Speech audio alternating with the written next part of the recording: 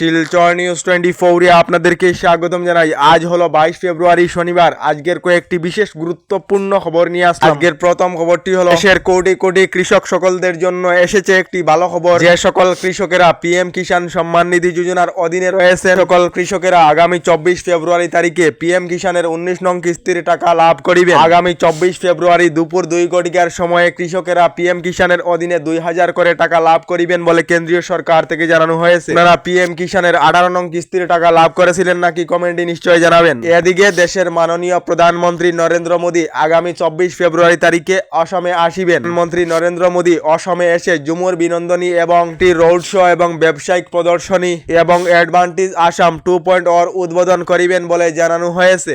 এদিকে কংগ্রেসের মাননীয় সাংসদ রকিবুল হোসেনের উপর আক্রমণের অভিযোগেতে আসাম পুলিশ 10 জন লোকেদেরকে শনাক্ত করেছে। সাংসদ রকিবুল হোসেনের উপর আক্রমণকারীর 10 জন লোকের নাম এবং তালিকা প্রকাশ করেছেন মুখ্যমন্ত্রী ডক্টর হিমন্ত বিশ্ব শর্মা। এদিকে গোমাংসের পিছনে না ছুটে অন্য কাজ করুন গোমাংস পরিবহন মামলায় স্থগিতাদেশ দেওয়া হয়েছে রাজ্য সরকারকে সুপ্রিম কোর্টের পরামর্শ।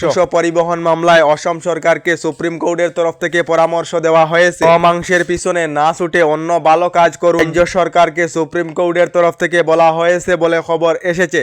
এদিকে নকল নোট চাপার বিরুদ্ধে দেশের বিভিন্ন রাজ্যে বিভিন্ন এলাকায় প্রশাসনের তরফ থেকে বৃহৎ অভিযান চালানো হয়েছে। প্রশাসনের অভিযানে দেশের বিভিন্ন রাজ্য থেকে প্রায় 9 জন লোকেদেরকে গ্রেফতার করা হয়েছে। আপনারা হয়তো জানেন দেশের বিভিন্ন জায়গায় নকল নোটের মামলা সামনে এসে পড়ে, যার জন্য দেশের 11টি রাজ্যে প্রশাসন থেকে অভিযান চালানো হয়েছিল। এই অভিযানে ভারতীয় নকল নোট চাপানোর 7টি গ্যাং ধরা পড়েছে। তার জন্য আপনারা নোটের লেনদেন করিতে সময় সাবধান হয়ে লেনদেন করিবেন। এদিকে কংগ্রেস ক্ষমতায় ফিরলে রাজ্যের মহিলাদেরকে প্রতি মাসে 2500 টাকা করে দেওয়া হবে। তার সঙ্গে রাজ্যবাসীকে 500 টাকায় গ্যাস সিলিন্ডার দেওয়া হবে। বরাকের রামকৃষ্ণনগরেতে প্রদেশ কংগ্রেসের সভাপতি ভূপেন বরার বৃহৎ ঘোষণা, রাজ্যে কংগ্রেস ক্ষমতায় ফিরলে প্রতি মাসে মহিলারা 2500 টাকা করে লাভ করিবে। এদিকে গতকাল রাজ্য সরকারের অরুণোদয় আঁচনি নিয়ে বিধানসভায় বিধায়ক শেরমান আলী এবং মুখ্যমন্ত্রী ডক্টর হিমন্ত বিশ্ব শর্মার মধ্যে বিতর্ক সৃষ্টি হয়। আমাদের অরুণোদয় আঁচনির দরকার নেই, অরুণোদয় আঁচনির পরিবর্তে মেডিকেল কলেজ ব্রিজের প্রয়োজন রয়েছে। বিধায়ক শেরমান আলীর কথা শুনে মুখ্যমন্ত্রী ডক্টর হিমন্ত বিশ্ব শর্মা গর্জে উঠে মুখ্যমন্ত্রী বললেন, রাজ্যের গরিব দুঃখী মানুষেরা অরুণোদয় আঁচনি লাভ করিতেছে, তার জন্য অনেক গরিব দুঃখীরা উপকৃত রয়েছে। এর সঙ্গে মুখ্যমন্ত্রী জানিয়েছেন জনসাধারণের কাছ থেকে মতামত নেওয়ার জন্য সাধারণের অরুণোদয় আঁচনি সহ বিভিন্ন আঁচনির প্রয়োজন রয়েছে না নেই।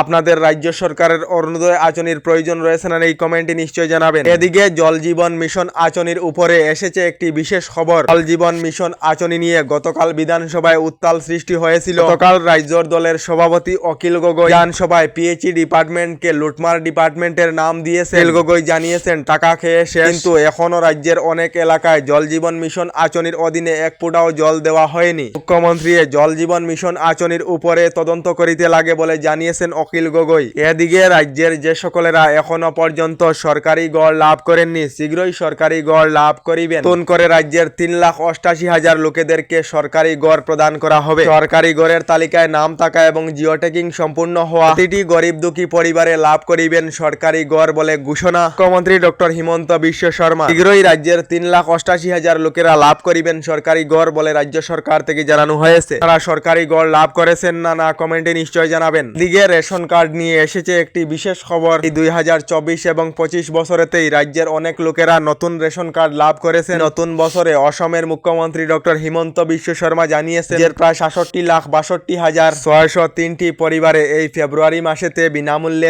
সামগ্রী লাভ করেছেন বলে জানিয়েছেন মুখ্যমন্ত্রী ডক্টর হিমন্ত বিশ্ব শর্মা। অর্থাৎ রাজ্যে নতুন করে আরো গরিব দুঃখীর সংখ্যা অনেকটাই বৃদ্ধি হয়েছে। আমাদের ডেইলি খবরগুলি ভালো লাগলে আমাদের ভিডিওতে লাইক দিয়ে চ্যানেলটিকে সাবস্ক্রাইব করে নেবেন।